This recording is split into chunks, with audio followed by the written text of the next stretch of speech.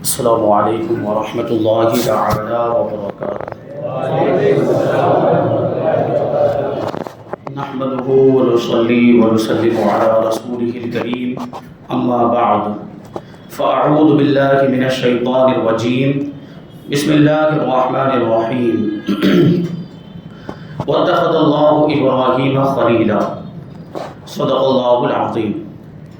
آئیے ہم اور آپ سب سے پہلے حضور سرور کائنات فخر موجودات باعث تخلیق کائنات احمد مجتبیٰ محمد مصطفیٰ صلی اللہ علیہ وسلم کی بارگاہ مقدس میں درود و سلام کا ہدیہ پیش کریں اور پڑھیں اللہم صلی علی سیدنا و مولانا محمد معدن الجود والکرم وآلہ الکرام وابنہ الکریم وبارک وسلم صلاۃ و سلاما علیک یا رسول اللہ صلی اللہ تعالی علیہ وسلم۔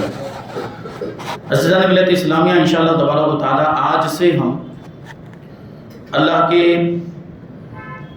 عظیم القدر اولو العزم پیغمبر حضرت ابراہیم علیہ السلام کا تذکرہ سلسلہ وار کریں گے۔ آج اس کی شروعات ہو رہی ہے ابتدائی حالات، اور اس کے بعد آنے والے جمعہ میں انشاءاللہ تبارک و تعالی حضرت ابراہیم خلیل اللہ علیہ السلام کی سیرت کو، آپ کی زندگی کے حالات کو تفصیل کے ساتھ بیان کیا جائے گا۔ حضرت ابراہیم کو چونکہ حج سے بھی خاص نسبت حاصل ہے، قربانی سے بھی خاص نسبت حاصل ہے، خانہ کعبہ اور مکہ معظمہ سے بھی خاص نسبت حاصل ہے، اور یہ حج کے ایام جاری ہیں اور ان قریب قربانی کے دن آنے والے ہیں، تو اسی مناسبت سے ہم یہ سلسلہ شروع کر رہے ہیں حضرت ابراہیم خلیل اللہ علیہ السلام کی زندگی کے حالات۔ حضرت ابراہیم علیہ السلام اللہ تبارک و تعالیٰ کے اولو العزم رسولوں میں سے ایک رسول ہیں، نبی بھی ہیں رسول بھی ہیں۔ نبی اور رسول میں فرق اس سے پہلے کئی بار بیان کیا جا چکا ہے کہ ہر رسول نبی ہے لیکن ہر نبی رسول نہیں ہے۔ رسول اس نبی کو کہا جاتا ہے جو نئی شریعت لے کر آئے، نئی کتاب لے کر آئے۔ تو حضرت ابراہیم علیہ السلام رسولوں میں سے ہیں، مطلب آپ نئی شریعت لے کر آئے، اور اللہ تبارک و تعالیٰ نے آپ کو بہت سارے آسمانی صحیفے بھی عطا فرمائے۔ حضرت ابراہیم خلیل اللہ علیہ السلام کا لقب ہے خلیل اللہ، یعنی اللہ کا دوست۔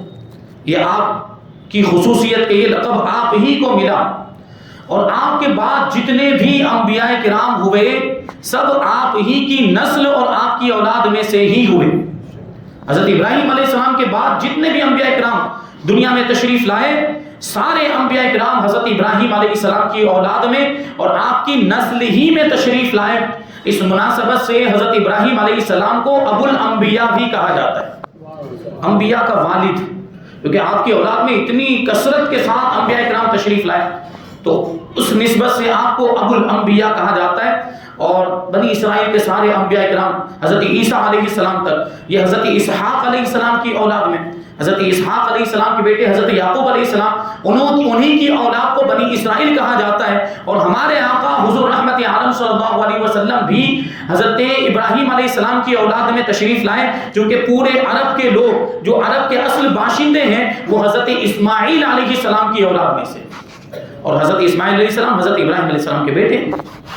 حضرت ابراہیم علیہ السلام کے دور میں بہت ہی برائیاں پھیلی ہوئی تھی، بت پرستی اور شرک۔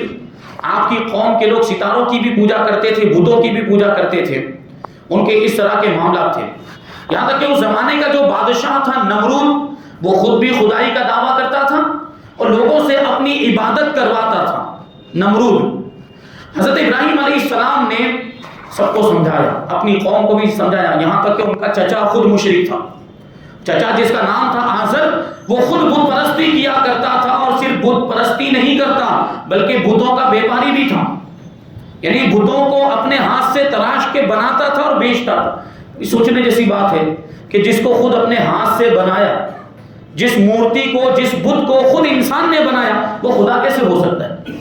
جو اپنے وجود میں مورتی بن کر تیار ہونے میں انسان کی محتاج ہو، وہ چیز خدا ہو ہی نہیں سکتی۔ لیکن اس کے باوجود وہ اس کی پوجا کرتے تھے. وہ آپ کا چچا بھی بتوں کی پوجا کرتا تھا، بڑا مشرک تھا، کافر تھا. حضرت ابراہیم علیہ السلام نے اپنے چچا کو بھی سمجھایا اور اپنی قوم کو بھی بڑے بہترین انداز میں نصیحتیں فرمائیں اور آسان سمجھ میں آنے والے دلائل کی روشنی میں ان کو سمجھایا کہ اللہ تبارک و تعالیٰ ہی عبادت کے لائق ہے، وہی خالق ہے، وہی معبود ہے، وہی قادر ہے. یہ بت تو لاچار اور بے بس ہیں، اور حضرت ابراہیم علیہ السلام نے بتوں کی لاچاری اور بے بسی ان کے سامنے ظاہر کرنے کے لیے ایک مرتبہ بتوں کو ٹکڑے ٹکڑے بھی کر دیا تھا. اس کا ایک تفصیلی واقعہ ہے، اس سے پہلے بھی ہم بیان کر چکے ہیں، لیکن اور اس کو انشاءاللہ ہم آگے اور قرآن کی آیتوں کی روشنی میں ہم آگے سلسلے میں بیان کریں گے. تو حضرت ابراہیم علیہ السلام، آپ کا جو مشہور نام ہے وہ ہے ابراہیم، اور ابراہیم کے بارے میں فرماتے ہیں کہ یہ ابن رحیم سے بنا ہوا. ابن رحیم کا مطلب ہوتا ہے مہربان باپ، کیونکہ حضرت ابراہیم علیہ السلام بہت زیادہ مہربان تھے، لوگوں پر بہت زیادہ رحم کیا کرتے تھے. آپ کی سخاوت بہت زیادہ مشہور، اور مہمان نوازی میں بھی آپ بہت زیادہ مشہور تھے، مہمان نوازی بھی آپ کیا کرتے تھے. اس اعتبار سے آپ کو ابراہیم کہا جاتا ہے. اور عہد نامہ قدیم کے مختلف مقامات پر آپ کا نام آیا، مختلف صورتوں میں آپ کا نام آیا ہے. کہیں پر ابراہم آیا ہے، کہیں پر ابراہیم آیا، کہیں پر ابراہم آیا، کہیں پر براہیم آیا ہے، کہیں پر براہیمہ آیا ہے. یہ سب ابراہیم ہی کی مختلف صورتیں ہیں. ہمارے قرآن مجید کے اندر حضرت ابراہیم علیہ السلام کا نام ابراہیم آیا ہے، اس لیے ہم حضرت ابراہیم علیہ السلام کو ابراہیم کہہ کر یاد کرتے ہیں، اور اپنے بچوں کا نام اگر ان کے نام پر رکھنا ہو تو ابراہیم ہی رکھتے ہیں. ابراہیم ہی رکھنا بھی چاہیے، کیونکہ ہمارے قرآن میں جب ابراہیم آیا ہے تو ابراہیم ہی رکھنا چاہیے. یہ حضرت ابراہیم علیہ السلام. حضرت ابراہیم علیہ السلام کا لقب خلیل اللہ، اللہ کے دوست. خلیل کا مطلب ہوتا ہے گہرا دوست. اللہ تبارک و تعالیٰ نے حضرت ابراہیم علیہ السلام کو اپنا خلیل بنایا. واتخذ اللہ ابراہیم خلیلا، اللہ تبارک و تعالیٰ نے ابراہیم کو اپنا گہرا دوست بنایا. اور آپ کی کنیت ہے ابو الضیفان، یعنی بہت زیادہ مہمان نوازی کرنے والے. ابھی آپ آگے حضرت ابراہیم علیہ السلام کی مہمان نوازی کے واقعات سنیں گے کہ حضرت ابراہیم علیہ السلام کیسی مہمان نوازی کیا کرتے تھے.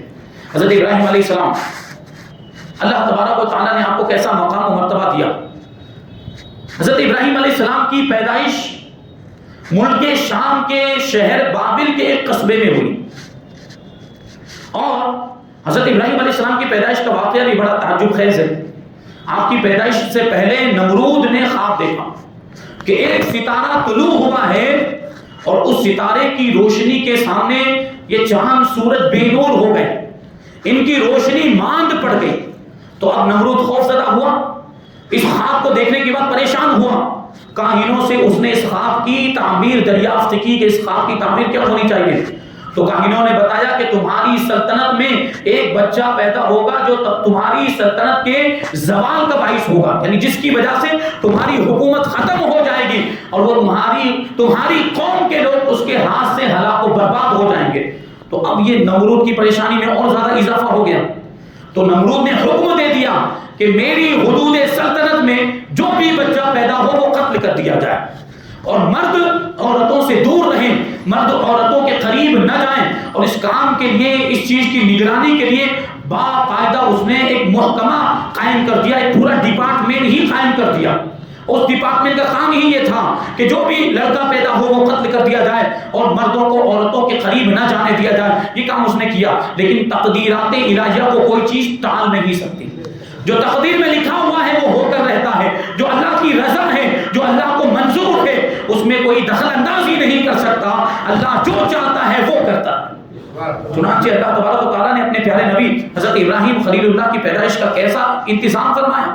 آپ کی والدہ ماجدہ اسی درمیان میں حاملہ بھی ہوئی جب پابندی لگ چکی تھی کہ ہر بچے کو قتل کر دیا جائے، کوئی مرد عورت کے قریب نہ جائے.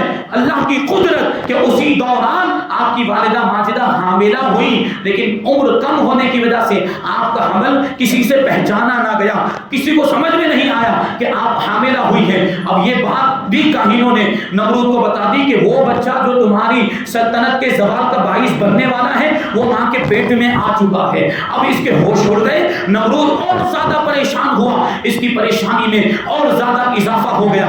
جب حضرت ابراہیم علیہ السلام کے پیدا ہونے کا وقت قریب آیا، جب آپ کی ولادت کا وقت قریب آیا، وہ آپ کی والدہ ماجدہ آپ کو لے کر اس تہ خانے میں چلی گئی، جو تہ خانہ آپ کی والدہ کے والد ماجد یعنی آپ کے دادا جان نے شہر کے باہر کھود کر تیار کیا تھا، تاکہ اس میں آپ کو محفوظ طریقے پر رکھا جا سکے، لوگوں کو پتہ نہ چل پائے۔ آپ کی والدہ ماجدہ اسی تہ خانے میں چلی گئی اور وہیں پر حضرت ابراہیم علیہ السلام کی ولادت ہوئی، وہیں پر حضرت ابراہیم علیہ السلام پیدا ہوئے۔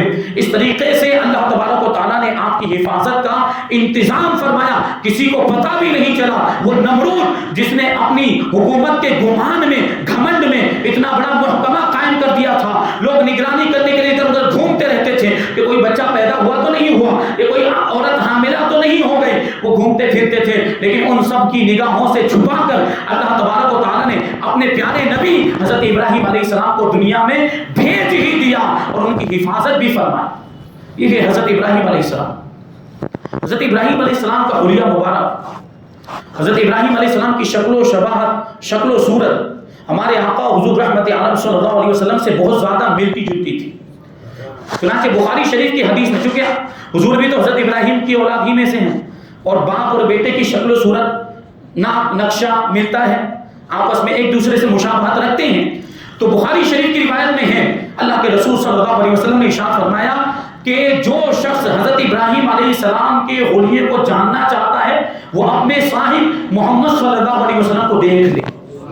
جو حضرت ابراہیم علیہ السلام کا حلیہ مبارک دیکھنا چاہتا ہے وہ مجھے دیکھ لے۔ پھر فرمایا رہے حضرت موسیٰ علیہ السلام، تو ان کا جسم پتلا دبلا تھا اور ان کا رنگ گندمی تھا، گہوے رنگ کا تھا، اور حضرت موسیٰ علیہ السلام کے بارے میں آگے حضور اور ارشاد فرماتے ہیں کہ وہ سرخ اونٹ پر سوار تھے جس کی ناک میں کھجور کی چھال کی مہار پڑی ہوئی تھی، گویا کہ میں ابھی ان کو دیکھ رہا ہوں۔ معراج کا واقعہ بیان کر رہے ہیں حضور کہ معراج کے وقت حضور نے حضرت موسیٰ علیہ السلام کو دیکھا اور اسی کی طرف اشارہ کرتے ہوئے ارشاد فرماتے ہیں کہ میں اب بھی گویا کہ حضرت موسیٰ علیہ السلام کو دیکھ رہا ہوں جو وادی میں اللہ اکبر کہتے ہوئے اتر رہے ہیں۔ پھر ایک روایت مسلم شریف کی روایت ہے، اس میں یہ حضور نے ارشاد فرمایا کہ معراج کی شب میری ملاقات حضرت موسیٰ علیہ السلام سے ہوئی۔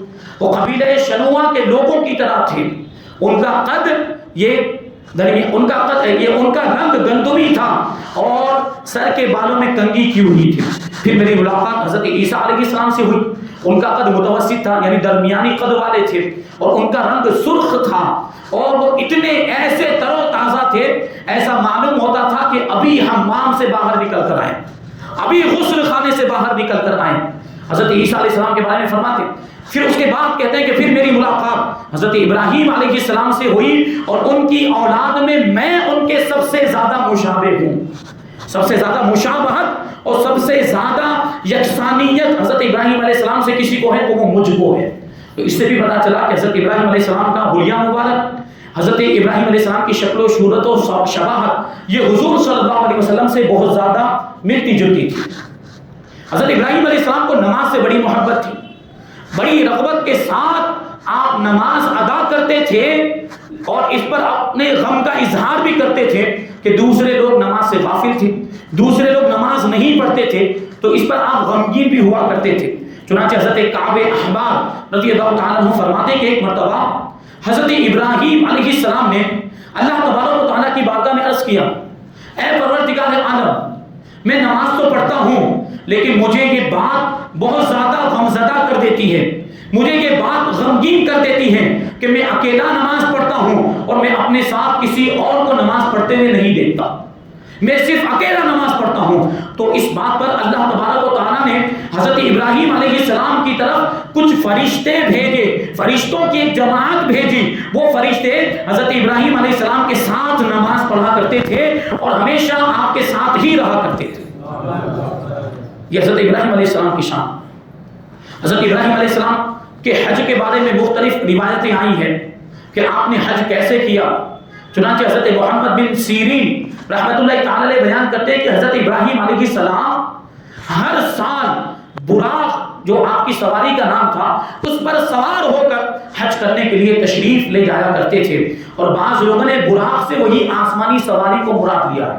اور حضرت امام مجاہد جو بہت بڑے مفسر ہیں وہ فرماتے حضرت ابراہیم علیہ السلام اور حضرت اسماعیل علیہ السلام نے پیدل حج فرمایا، پیدل حج کے لیے تشریف لے گئے. اور حضرت یزید بن شیبان رضی اللہ تعالیٰ عنہ فرماتے ہیں کہ ہم میدان عرفات میں ایک مقام پر تھے، اور وہ مقام امام سے بہت دوری پر تھا. امام جو حج کا امام ہوتا ہے، جو حج کا امیر بنایا جاتا ہے، تو کہتے ہیں کہ ہم میدان عرفات میں بہت دور نکل گئے تھے، اور وہ جگہ امام سے بہت دوری پر واقع تھی. ہم اسی درمیان میں موجود تھے کہ ہم نے دیکھا کہ حضرت ابن مربع انصاری رضی اللہ تعالیٰ عنہ ہماری جانب تشریف لائے، اور آنے کے بعد انہوں نے کہا کہ میں اللہ کے رسول صلی اللہ علیہ وسلم کا قاصد ہوں، حضور نے مجھے تمہاری طرف بھیجا ہے، اور حضور تم سے فرما رہے ہیں کہ تم اپنی جگہ پر ہی رہنا، کہ تم حضرت ابراہیم علیہ السلام کی وراثت پر ہو، یعنی حضرت ابراہیم علیہ السلام کی سنت پر ہو. یعنی یہ وہی جگہ ہے جہاں پر حضرت ابراہیم علیہ السلام نے بھی قیام فرمایا، جہاں پر حضرت ابراہیم علیہ السلام بھی ٹھہرے تھے، تو تم اسی مقام پر ٹھہرے رہو. حضور فرماتے کہ یہاں سے میرے پاس آنے کی کوشش نہ کرنا کہ تم حضرت ابراہیم علیہ السلام کی سنت اور ان کے طریقے پر. تو یہ بات ایک روایت سے پتہ چلی.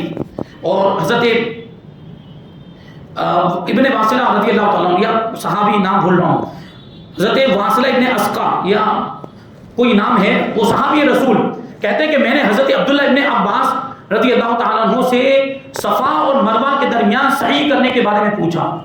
تو حضرت عبداللہ ابن عباس رضی اللہ تعالیٰ عنہ نے فرمایا کہ صفا اور مروہ کے درمیان سب سے پہلے سعی حضرت ابراہیم علیہ السلام نے فرمائی.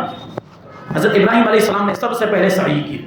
یہ حضرت ابراہیم علیہ السلام، اور حضرت ابراہیم علیہ السلام کی ہی سنت ہے، اور بڑی پیاری سنت ہے جس کو ہم قربانی کہتے ہیں.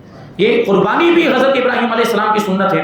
چنانچہ حضرت زید ابن ارقم رضی اللہ تعالیٰ عنہ روایت کرتے ہیں کہ صحابہ کرام نے حضور پاک صلی اللہ علیہ وسلم کی بارگاہ میں عرض کیا، یا رسول اللہ صلی اللہ تعالیٰ علیہ وسلم یہ قربانیاں کیا ہیں؟ تو اللہ کے رسول صلی اللہ علیہ وسلم نے ارشاد فرمایا، یہ قربانیاں تمہارے والد ابراہیم علیہ السلام کی سنت ہے. حضرت اسماعیل علیہ السلام کو جب ذبح کرنے کا حکم ہوا تھا، اور اس امتحان میں حضرت ابراہیم علیہ السلام کامیاب ہوئے، تو جنت سے ایک مینڈھا بھیجا گیا، تو حضرت جبرائیل علیہ السلام لے کر آئے اور اس مینڈھے کو حضرت اسماعیل علیہ السلام کی جگہ پر لٹا دیا. تو جو چھری چلی وہ حضرت اسماعیل علیہ السلام کے گلے پر نہیں، بلکہ اس جنت سے آئے ہوئے مینڈھے کے گلے پر چلی تھی. اسی سنت کو آج تک باقی رکھا گیا ہے، اور اسی سنت پر آج ہم ہر بقرعید کے موقع پر عمل کرتے ہیں اور جانوروں کی قربانیاں اللہ کی بارگاہ میں پیش کرتے ہیں. تو قربانی یہ حضرت ابراہیم علیہ السلام کی سنت ہے. اور خوبیاں دیکھیں، اللہ تبارک و تعالیٰ نے حضرت ابراہیم علیہ السلام کو کیسی خوبیاں عطا فرمائی تھی. یہ انبیاء کرام ہوتے ہیں، انبیاء کرام کے اندر ان کی ذات میں کوئی بھی عیب نہیں ہوتا، کوئی بھی برائی نہیں ہوتی، وہ ساری برائیوں سے پاک ہوتے ہیں. لیکن کچھ خوبیاں امتیازی طور پر ان کو عطا کی جاتی ہیں. حسن اخلاق کا معاملہ، بہترین اخلاق کا معاملہ دیکھیں، حضرت ابراہیم علیہ السلام حسن اخلاق میں مثالی کردار رکھتے تھے، اور حسن اخلاق پر استقامت کا آپ کو حکم دیا گیا تھا. چنانچہ حضرت ابو ہریرہ رضی اللہ تعالیٰ عنہ سے روایت ہے کہ اللہ کے رسول صلی اللہ علیہ وسلم نے ارشاد فرمایا کہ اللہ تبارک و تعالیٰ نے حضرت ابراہیم علیہ السلام کی طرف وحی بھیجی اور حکم دیا کہ تم حسن اخلاق پر قائم رہو. حکم حسن اخلاق یعنی بہترین اخلاق کا مظاہرہ کرتے رہو، اگرچہ تمہارا جو سامنے والا ہے وہ کافر ہی کیوں نہ. یعنی کافر کے ساتھ بھی اچھے اخلاق سے پیش آؤ، تم ابرار کی جماعت میں داخل ہو جاؤ گے، یعنی نیک لوگوں کی جماعت میں تمہارا شمار ہو جائے گا. اور حسن اخلاق یعنی اچھے اخلاق والوں کے لیے میرا یہ فرمان جاری ہو چکا ہے کہ میں انہیں اپنے عرش کا سایہ عطا فرماؤں گا، اور اپنی بارگاہ قدس سے ان کو سیراب کر دوں گا، اور اپنی رحمت سے ان کو قریب کر دوں گا. یہ حسن اخلاق والوں کی فضیلت ہے.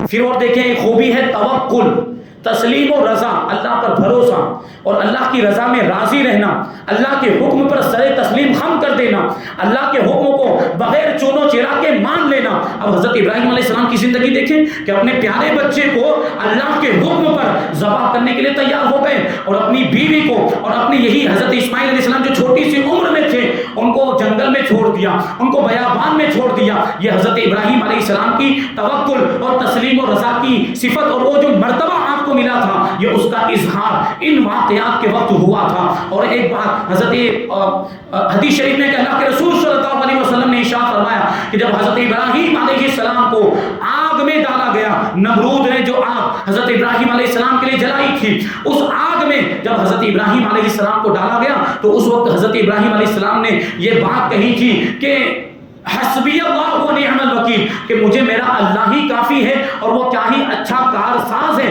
یعنی کیا ہی اچھا کام بنانے والا ہے۔ یہ حضرت ابراہیم علیہ السلام نے اس وقت یہ جملہ کہا تھا۔ حضور آگے ارشاد فرماتے ہیں ان کی رسیوں کے علاوہ کوئی چیز بھی نہیں جلی تھی۔ جب آگ میں ڈالا گیا تو جن رسیوں میں آپ کو باندھ کر اس آگ میں ڈالا گیا تھا وہی رسیاں جلی، اس کے علاوہ نہ آپ کے کپڑوں پر کوئی آگ کا اثر ہوا تھا، نہ آپ کے جسم مبارک پر آگ کا کوئی اثر ہوا تھا، یہاں تک کہ آپ کے جسم مبارک اور کپڑے پر دھوئیں کا ایک دھبا بھی نہیں پڑا تھا۔ وہ پوری آگ گلزار بنا دی گئی تھی، اس کو گلشن بنا دیا گیا تھا حضرت ابراہیم علیہ السلام کے لیے۔ یہ تفصیلی واقعہ ہے، اس کو ہم انشاءاللہ آگے بیان کریں گے۔ آگے چلے تو حضرت ابراہیم علیہ السلام کی مہمان نوازی کی بات کرتے ہیں، جو میں نے ابھی پہلے عرض کیا کہ حضرت ابراہیم علیہ السلام کی ایک کنیت ہے ابو دیفان، یعنی بہت زیادہ مہمان نوازی کرنے والے۔ حضرت عمر ابن خطاب فاروق اعظم رضی اللہ تعالیٰ عنہ سے روایت ہے کہ اللہ کے رسول صلی اللہ علیہ وسلم نے ارشاد فرمایا کہ اللہ تبارک و تعالیٰ نے میرے دوست جبرائیل کو حضرت ابراہیم علیہ السلام کی طرف یہ پیغام لے کر بھیجا کہ اے میرے خلیل، میں نے تمہیں اپنا خلیل اس لیے نہیں بنایا کہ تم سب سے زیادہ عبادت گزار بندے ہو، بلکہ میں نے تمہیں اپنا خلیل اس لیے بنایا کہ تمہارا دل سارے ایمان والوں کے دلوں میں سب سے زیادہ سخی ہے۔ حضرت ابراہیم علیہ السلام کی سخاوت بھی بہت مشہور، مہمان نوازی بھی بہت مشہور۔ حضرت عبید ابن عمیر رضی اللہ تعالیٰ عنہ بیان کرتے ہیں کہ حضرت ابراہیم علیہ السلام مہمان نوازی میں بہت زیادہ مشہور تھے، مہمان نوازی کیا کرتے تھے۔ ایک مرتبہ آپ کے مکان میں کوئی مہمان نہیں آیا تو آپ مہمان کو تلاش کرنے کے لیے نکلے۔ ایسا کون ہوگا؟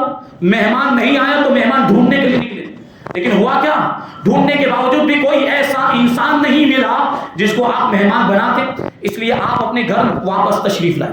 جب اپنے مکان میں داخل ہوئے تو کیا دیکھتے ہیں کہ آپ کے مکان کے اندر کوئی اجنبی شخص کھڑا ہے۔ حضرت ابراہیم علیہ السلام نے پوچھا کہ تم میرے مکان کے اندر کیسے داخل ہو گئے؟ تمہیں میرے مکان میں کس نے داخل کیا؟ داخل ہونے کی اجازت کس نے دی؟ تو وہ اجنبی شخص نے جواب دیا کہ میں اپنے رب کی اجازت اور اپنے رب کے حکم سے آپ کے مکان میں داخل ہوا ہوں۔ حضرت ابراہیم علیہ السلام نے پوچھا پھر تم کون ہو؟ تو آنے والے نے جواب دیا میں ملک الموت ہوں، میں موت کا فرشتہ ہوں، میرے رب نے مجھے اپنے بندوں میں سے ایک بندے کی طرف بھیجا ہے تاکہ میں اس بندے کو بشارت دے دوں، اس بندے کو خوشخبری دے دوں کہ اللہ تبارک و تعالیٰ نے اسے اپنا خلیل بنا دیا۔ تو حضرت ابراہیم علیہ السلام نے فرمایا وہ کون بندہ ہے جلدی بتاؤ، مجھے اس بندے کے بارے میں بتاؤ، خدا کی قسم اگر تم نے مجھے اس بندے کے بارے میں بتا دیا تو میں ضرور اس کے پاس چلا جاؤں گا اور اس کے ساتھ ہی رہوں گا یہاں تک کہ موت ہمارے درمیان جدائی کر دے، یعنی موت کے وقت تک میں اس بندے کے ساتھ رہوں گا جس کو اللہ تبارک و تعالیٰ نے اپنا خلیل بنایا ہے۔ تو حضرت ملک الموت نے عرض کیا کہ وہ بندہ کوئی اور نہیں بلکہ آپ ہی ہیں، اللہ تبارک و تعالیٰ نے آپ کو اپنا خلیل بنایا۔ حضرت ابراہیم علیہ السلام کو تعجب ہوا، تعجب کرتے ہوئے پوچھے کہ مجھے بنایا؟ تو حضرت ملک الموت کہتے ہیں ہاں آپ ہی کو بنایا۔ پھر پوچھتے ہیں کہ مجھے کس وجہ سے خلیل بنایا؟ اللہ تبارک و تعالیٰ نے مجھے کس وجہ سے اپنا خلیل بنایا؟ خلیل بنانے کا سبب کیا ہے، وجہ کیا ہے؟ تو حضرت ملک الموت نے عرض کیا اس کی وجہ یہ ہے کہ آپ لوگوں کو عطا کرتے ہیں، لوگوں پر سخاوت کرتے ہیں، لیکن کوئی سوال نہیں پوچھتے، کیوں آئے ہو، کیا لینے آئے ہو، کیا ضرورت ہے، ایسا کوئی سوال نہیں پوچھتے۔ کوئی بھی مانگنے والا آتا ہے آپ کوئی بھی سوال پوچھے بغیر اس کو عطا کر دیتے ہیں۔ یہ آپ کی اسی سخاوت کی وجہ سے اللہ تبارک و تعالیٰ نے آپ کو اپنا خلیل بنا دیا۔ اور ایک روایت میں ہے اللہ کے رسول نے ارشاد فرمایا کہ مہمان نوازی کی شروعات حضرت ابراہیم علیہ السلام نے کی۔ سب سے پہلے مہمان نوازی حضرت ابراہیم علیہ السلام نے کی۔ اب سوال یہ پیدا ہوتا ہے کہ کیا اس سے پہلے مہمان نوازی نہیں ہوتی تھی؟ ہوتی تھی۔ تو پھر اس حدیث پاک کا مطلب کیا ہے؟ تو حکیم الامت مفتی احمد یار خان نعیمی رحمۃ اللہ تعالی علیہ فرماتے ہیں کہ جس اہتمام کے ساتھ حضرت ابراہیم علیہ السلام نے مہمان نوازی کی شروعات کی ہے، ایسا اہتمام مہمان نوازی کے تعلق سے آپ سے پہلے کسی نے نہیں کیا۔ مہمان نوازی ہوتی تھی لیکن جس انداز کی مہمان نوازی حضرت ابراہیم علیہ السلام نے کی ہے ویسی مہمان نوازی آپ سے پہلے کسی نے نہیں کی۔ معاملہ یہ تھا کہ حضرت ابراہیم علیہ السلام مہمان کے بغیر کھانا بھی نہیں کھاتے تھے۔ آپ کے دسترخوان پر جب تک کوئی مہمان نہیں ہوتا تھا آپ کھانا بھی تناول نہیں کرتے تھے۔ حضرت اکرمہ رضی اللہ تعالیٰ عنہ روایت کرتے ہیں کہ ابو دیفان آپ کو اسی وجہ سے کہا جاتا ہے کہ آپ بہت زیادہ مہمان نوازی کیا کرتے تھے اور آپ کے مکان مبارک میں 4 دروازے بنے ہوئے تھے. حضرت ابراہیم علیہ السلام کے مکان مبارک میں 4 دروازے، اور 4 دروازے بنانے کا مقصد یہی تھا کہ کوئی مہمان آئے تو محروم لوٹ کر واپس نہ جائے، وہ کسی بھی دروازے میں سے اندر آ جائے اور ہمارے یہاں جو اس کے لیے انتظام کیا گیا ہے اس سے وہ فائدہ اٹھا سکے، وہ محروم ہو کر نہ جائے. یہ حضرت ابراہیم علیہ السلام کی مہمان نوازی کا معاملہ. ایسی بہت ساری خوبیاں اور ایسی بہت ساری صفات ہیں حضرت ابراہیم علیہ السلام کی، اور ان کی زندگی کے بہت سارے واقعات ہیں جو سلسلہ وار ہم آئندہ جمعہ کی نمازوں میں، جمعہ کے وقت میں انشاءاللہ ہم شامل کرتے رہیں گے. اللہ تبارک و تعالیٰ کی بارگاہ میں دعا ہے کہ جو کچھ بھی بیان ہوا اس پر ہم سب کو عمل کرنے کی توفیق عطا فرمائے. انبیاء کرام علیہ الصلوۃ والسلام کو ماننے، ان پر ایمان لانے، ان کو تسلیم کرنے اور ان کے دامن سے وابستہ رہنے کی ہم سب کو توفیق عطا فرمائے. وما علینا الا البلاغ. السلام علیکم. سنت